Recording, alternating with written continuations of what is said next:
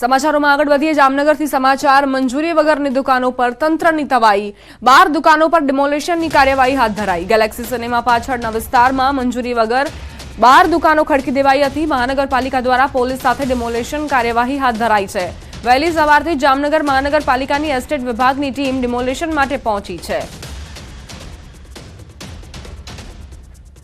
જામનગર મહાનગરપાલિકા દ્વારા Galaxy talkies પાછળના વિસ્તારમાં આવેલી 12 જેટલી ગેરકાયદેસર દુકાનો છે તેને તોડી પાડવામાં આવી રહી છે જે પ્રકારના દ્રશ્ય આપ જોઈ રહ્યા છો વહેલી સવારથી જ અહીં મહાનગરપાલિકાના એસ્ટેટ વિભાગના અધિકારીઓ બુલડોઝર સાથે આવી પહોંચ્યા છે અને જે મંજૂરી વગરની ગેરકાયદેસર દુકાનો છે તે તોડવા ડિમોલેશન કાર્યવાહી છે તે હાથ ધરવામાં આવી છે હાલ સવારથી જ અહીં જે પ્રકારે ડિમોલેશન કામગીરી છે તે હાથ ધરવામાં આવી છે મહાનગરપાલિકાના અધિકારી પણ છે એમની સાથે વાત કરીશું શું કહેશો સાહેબ કયા પ્રકારની કામગીરી અત્યારે જે આપ જોઈ રહ્યા છો 12 જેટલી દુકાનો અત્યારે બનેલી હતી જેની મહાનગરપાલિકાની કોઈ પણ જાતની મંજૂરી લેવામાં આવેલી ન હતી અને ટોટલી ગેરકાયદેસર હોવાના કારણે નિયમાનુસારની તમામ પ્રક્રિયા પૂર્ણ કરી અને આજ રોજ આ બાંધકામ દૂર કરવાની કામગીરી મહાનગરપાલિકા દ્વારા હાથ ધરવામાં આવેલી છે કેટલું બાંધકામ હતું અને કેટલા ચોરસ ફૂટમાં બાંધકામ કરવામાં આવ્યું હતું આશરે 12 જેટલી દુકાનો અને 5,500 ફૂટ જેટલું બાંધકામ કરવામાં આવેલું હતું જેને અત્યારે દૂર કરવાની કામગીરી હાથ ધરવામાં આવેલી છે વાત કરવામાં આવી 5,500 ફૂટ છે તે 5,500 ફૂટમાં અહીં બાંધકામ કરવામાં આવ્યું 12 જેટલી દુકાનો છે કોઈ પણ જાતની મંજૂરી વગર બનાવવામાં આવી હતી તેને તોડી પાડવા માટે પોલીસ સાથે મહાનગરપાલિકાએ ડિમોલેશન કામગીરી છે તે હાથ ધરી છે કિંજલ કારસરિયા ન્યૂઝ 18 ગુજરાતી જામનગર વાત હવે સુરક્ષિત ઉજવણીની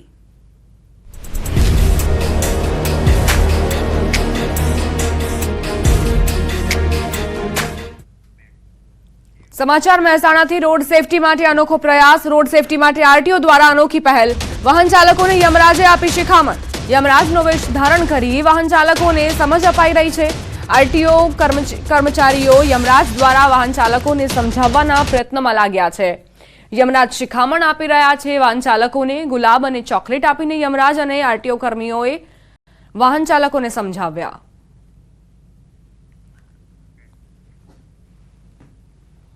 દ્વારા એક નવતર પ્રયોગ કરવામાં આવ્યો છે દૂધસાગર ડેરી રોડ ખાતે હાલમાં એક નવતર પ્રયોગ હાથ ધરવામાં આવ્યો છે જેમાં એક યમરાજ અહીંયા રોકવામાં આવ્યા છે તેઓ અહીંયા રોડ પર ઊભા રહી અને તમામ જે લોકો હોય છે તેમને સમજાવી રહ્યા છે કે તમે ટ્રાફિક નિયમોનું પાલન કરો જો તમે ટ્રાફિક નિયમોનું પાલન નહીં કરો તો અહીંયા તો તમને નકલી યમરાજ જોવા મળી રહ્યો છે પરંતુ તમે ચોક્કસથી આગળ તમને અસલી યમરાજ પણ જોવા મળી છે તમે જોઈ શકો છો અહીંયા જે પણ વાહન ચાલકો અહીંયાથી પસાર થયા છે તેમને કહી રહ્યા છે કે હેલ્મેટ પહેરો પરંતુ કેટલાક લોકો તેમને ઇગ્નોર કરી રહ્યા છે તેમનું કહેવું છે કે અહીંયા તો તમે ઇગ્નોર કરશો પરંતુ આગળ અસલી યમરાજ મળશે તો તમે કઈ રીતે ઇગ્નોર કરશો એટલે ચોક્કસથી હાલમાં એક નવતર પ્રયોગ હાથ ધરવામાં આવી રહ્યો છે તમે જોઈ શકો છો અહીંયાથી એક વાહન ચાલક જઈ રહ્યા છે તેમને પણ સમજાવવાનો પ્રયત્ન કરી રહ્યા છે કે હેલ્મેટ પહેરો પરંતુ જે વાહન ચાલકો હોય છે તેઓ ઇગ્નોર કરી રહ્યા છે તેમનું કહેવું છે તો અહીંયા તો ઇગ્નોર કરશો પરંતુ આગામી દિવસોમાં જ્યારે અસલી યમરાજ આવશે ત્યારે શું કરશો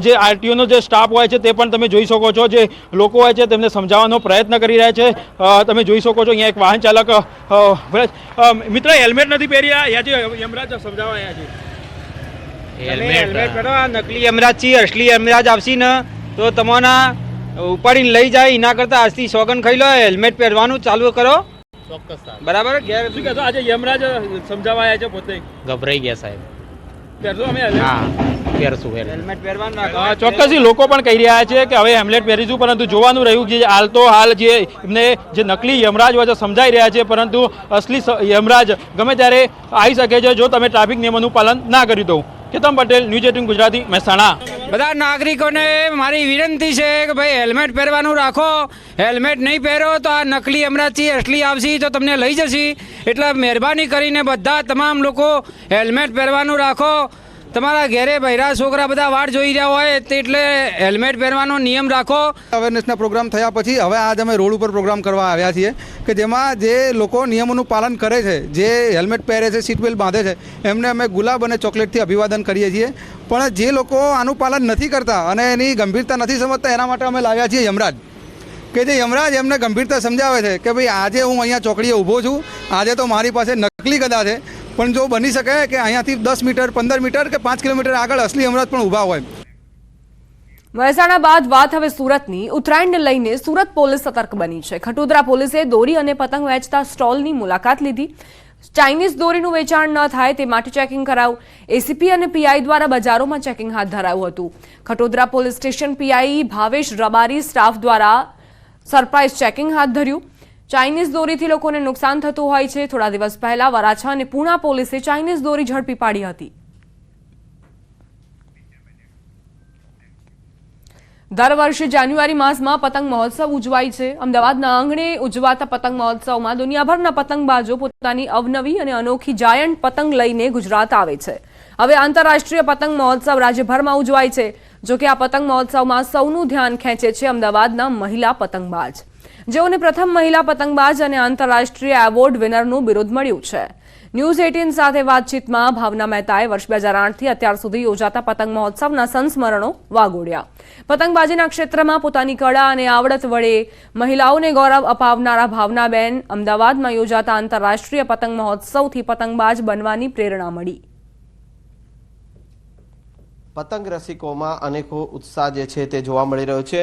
હું એ દ્રશ્ય આપને બતાવીશ કે હાલ આપ જે આ દ્રશ્ય જોઈ શકો છો, જે આંતરરાષ્ટ્રીય પતંગ મહોત્સવમાં જે જાયન્ટ પતંગ જોવા મળે છે, અલગ અલગ ડિઝાઇનના જે પતંગ જોવા મળે છે, ત્યારે અમદાવાદના જે ભાવનાબેન મહેતા જે છે તેઓ પણ એક કાઇટ ફ્લાયર છે અને 16 વર્ષથી તેઓ જે છે તે આ આંતરરાષ્ટ્રીય પતંગ મહોત્સવમાં ભાગ લે છે. અને આ જે પતંગ જે છે તેઓએ જાતે બનાવેલા છે અને તેઓ જે છે તે આંતરરાષ્ટ્રીય પતંગ મહોત્સવમાં ભાગ લે છે 16 વર્ષથી. તેઓ ફર્સ્ટ લેડી જે છે કાઇટ ફ્લાયર તરીકેનો તેઓ ખિતાબ પણ તેઓ મેળવી ચૂક્યા છે. ને ભાવનાબેન આપણી સાથે છે, તેઓ પાસે જાણીશું. ભાવનાબેન, આંતરરાષ્ટ્રીય પતંગ મહોત્સવ આવી રહ્યો છે, કેટલો ઉત્સાહ છે?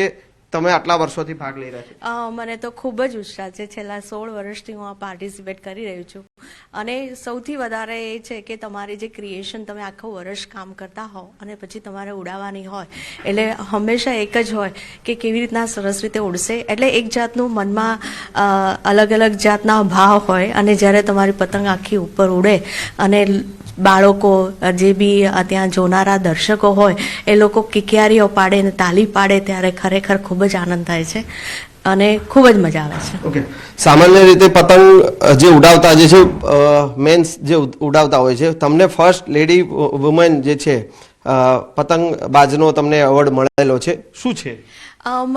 મેં જ્યારે પાર્ટિસિપેટ કર્યું ત્યારે શરૂઆતમાં હું જોવા જતી હતી. પતંગ ઉડાવવાનો મહાવરો તો 25 વર્ષથી હતો, પણ જ્યારે હું પહેલી વાર મને કોઈએ એવું પ્રોત્સાહિત કર્યો અને ગુજરાત રાજ્ય સરકારે બી મને પ્રોત્સાહિત કરી અને 2008માં મેં પહેલું મારું પતંગ જે છે ક્રિએશન મેં આકાશમાં ઉડાવ્યું. સાથે સાથે એ વખતે તો મને ભાવ અલગ અલગ હતા. ઘણાને એ વખતે ઇનામ મળ્યા, મને નહોતું મળ્યું તો થોડુંક મનમાં હતું. પણ પછી 2009, 10 અને 11 આ ત્રણેય વખત ફર્સ્ટ ઇનામ અલગ અલગ કેટેગરીમાં મેં લઈ અને માનનીય આપણા વડાપ્રધાન જે ત્યારે સીએમ હતા એમના હસ્તે મને એવોર્ડ મળ્યા અને એ એવોર્ડ મળ્યા પછી મારો તો જાણે જર્ની આખી આકાશ ઉડવાની જે પંખ લાગી ગયા હતા. સમાચારોમાં આગળ વધીએ. બોટાદમાં તસ્કરો બેફામ બન્યા. પાળિયાદ રોડ પર ધોળા દિવસે બાઇકની ચોરી. મોગલ રેસ્ટોરન્ટ પાસેના પાર્કિંગમાંથી બાઇકની ચોરીને અંજામ. પાર્કિંગમાંથી ચોરી કરનાર ચોર સીસીટીવીમાં કેદ થયો. રોડ પર પાર્ક કરેલી બાઇક સિફતથી ચોરીને જતો ગઠિયો સીસીટીવીમાં કેદ. સતત ટ્રાફિકથી ધમધમતા રોડ પરથી બાઇકની ચોરી કરાઈ. પોલીસે સીસીટીવીની મદદથી આરોપીને પકડવા શરૂ કરી શોધખોળ. સંવાદદાતા વિજયસિંહ જોડાઈ ગયા છે વધુ જાણકારી સાથે. વિજયસિંહ, કઈ રીતે આ અકસ્માતની માફ કરશો આ ચોરીની ઘટના બની?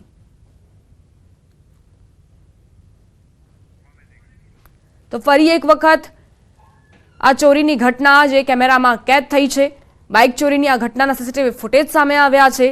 અવારનવાર આ જે તસ્કરો છે તે વાહન ચોરીને અંજામ આપતા હોય છે, તેવી જ એક ઘટના પાળિયાદ રોડ પર બની. કઈ રીતે સિફતતાપૂર્વક ચોરીની ઘટનાને અંજામ અપાયો તે જુઓ. રેસ્ટોરન્ટ પાસેના પાર્કિંગમાં આ વ્યક્તિ આવે છે અને ત્યારબાદ બાઇકની ચોરીને અંજામ આપી તેને સાથે લઈ ફરાર થઈ જાય છે. એટલે તમે પણ જો પાર્ક કરી રહ્યા હો પોતાનું વાહન તો પહેલા ચેક કરી લેજો, કારણ કે જો આ વ્યક્તિના હાથમાં તમારું બાઇક અથવા તમારું વ્હીકલ આવી ચૂક્યું છે તો પછી એ સિફતતાપૂર્વક તેની ચોરીને અંજામ આપી ફરાર થઈ શકે છે. બોટાદમાં તસ્કરો કઈ રીતે બેફામ બન્યા છે તે જુઓ। પાર્કિંગમાંથી બાઇક ઉઠાવીને આ વ્યક્તિ ફરાર થઈ જાય છે। કોઈને કાનોકાન ખબર નથી રહેતી। જ્યારે વ્યક્તિ બહાર આવે છે ત્યારે તેમને ખ્યાલ આવે છે કે તે પાર્કિંગમાં મૂકેલું બાઇક છે જ નહીં। સમાચાર અરવલ્લીથી બીઝેડ કૌભાંડ મામલે તપાસ તેજ। સીઆઈડી ક્રાઇમે વધુ એકની અટકાયત કરી। અરવલ્લીના શામપુર ગામના યુવકની અટકાયત। નરેશ પ્રજાપતિની અટકાયત કરાઈ। રણાસણ શાખામાં નોકરી કરતો હતો। સીઆઈડી તપાસ શરૂ થતા નરેશ પ્રજાપતિ ફરાર થયો હતો।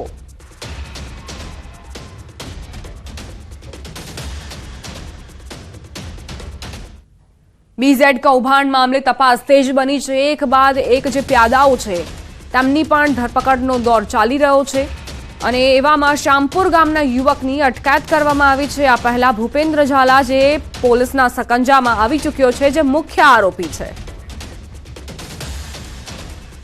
ભાવનગર સાયબર ક્રાઇમે ડિજિટલ અરેસ્ટના ગુનામાં વધુ એક આરોપીની ધરપકડ કરી છે। આણંદના આયશા પાર્કમાં રહેતા આરોપી જુનેદ વહોરાને દબોચી લેવાયો છે।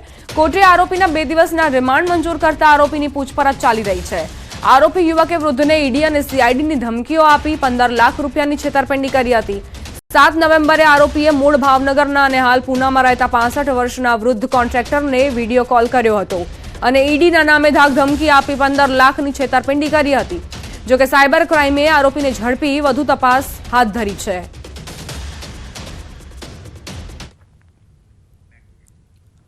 ચીનના એચએમપી વાયરસને લઈ કેન્દ્ર સરકારે તમામ રાજ્ય સરકારના આરોગ્ય વિભાગને એલર્ટ રહેવા સૂચના આપી છે, જેને લઈ આરોગ્ય વિભાગ સતર્ક બની ચૂક્યું છે।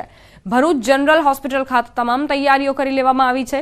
હોસ્પિટલમાં વેન્ટિલેટર અને આઇસોલેશન વોર્ડ પણ તૈયાર કરાયા છે। હોસ્પિટલના ફિઝિશિયને લોકોને શરદી ઉધરસ હોય તો બહાર ન જવા અપીલ કરી છે। તેમજ માસ્ક પહેરવા અને સતર્ક રહેવા પણ સૂચના આપી છે। हमारे सिविल हॉस्पिटल भरूच में इसके चेक करने के लिए पूरी फैसिलिटी अवेलेबल है। आइसोलेशन वार्ड रेडी है, वेंटिलेटर्स का अरेंजमेंट है, पूरा स्टाफ इसके लिए ट्रेंड है। जिनको सर्दी खांसी जुकाम हो रहा है वो घर पर रहे, ज्यादा बाहर भीड़ में ना जाए, मास्क का प्रयोग करें, अपने हाथ को बार बार सैनिटाइज करें और हो सके तो ज्यादा से ज्यादा पानी पिए, फ्रूट्स खाएं। रुकाईશું એક નાનકડા વિરામ માટે। આપ જોતા રહો ન્યૂઝ 18 ગુજરાતી।